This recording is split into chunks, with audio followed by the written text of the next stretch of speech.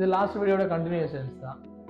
என்ன அப்படின்னா லாஸ்ட் வீடியோவில் இம்ப்ளான்ட் இல்லாமல் எப்படி முன் வருஷ பல்லெல்லாம் சரி பண்ணலாம் அப்படின்னு சொல்லியிருந்தேன்.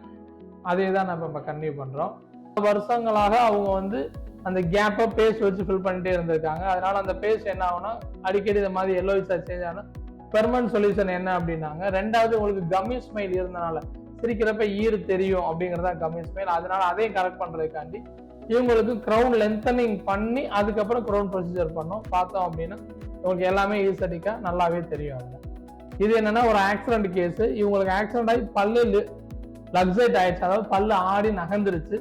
இவங்களுக்கு பல்லை எடுக்காம என்ன பண்ணலாம் அப்படிங்கறதுக்காண்டி பிளான் பண்ணி அவங்க பல்ல அப்படியே பிரிண்டிங் பண்ணி ஸ்டெபிலைஸ் பண்ணிட்டு ஆர்சிடி பண்ணி க்ரௌன் லென்த்தனிங் பண்ணி ஃபுல்லா பண்ணதுல ஈஸடிக்கா பாத்தீங்க அப்படின்னா ஃபுல்லாவே இது பண்ணிருக்கோம் அப்படிங்கிற இதே தெரியாது. இது ஒரு கேஸ். இந்த கேஸ் என்ன அப்படின்னா கன்சென்டல் மிஸ்ஸிங், சில டீத்தே இல்லை நேச்சுரலாவே, அவங்களுக்கு இந்த கேப் அதனால கிரியேட் ஆனது. உங்களுக்கு கிளிப் போட்டோம் அப்படின்னா எப்படினாலும் டூத் வைக்கணும், ஆனா அது பர்மனண்டான சொல்யூஷனா இருக்காதனால பெர்மனண்டான சொல்யூஷன் பண்ணதான் ஃபுல்லாவே அவங்க நேச்சுரல் மிஸ் ஆன டூத்தே ரீப்ளேஸ் பண்ணி ஃபுல்லாவே ரீப்ளேஸ் பண்ணி. ஸோ நம்ம நிறைய ஆப்ஷன்ஸ்ல ட்ரீட்மெண்ட் பண்ணலாம். எது பேஷண்ட்டுக்கு பெஸ்ட் ஃபேவரா இருக்குமோ அதுக்கு தகுந்த மாதிரி பண்றதா நம்ம ஏஎஸ்எஸ்ஆர் டென்டல் கிளினிக் ஸ்பெஷாலிட்டி.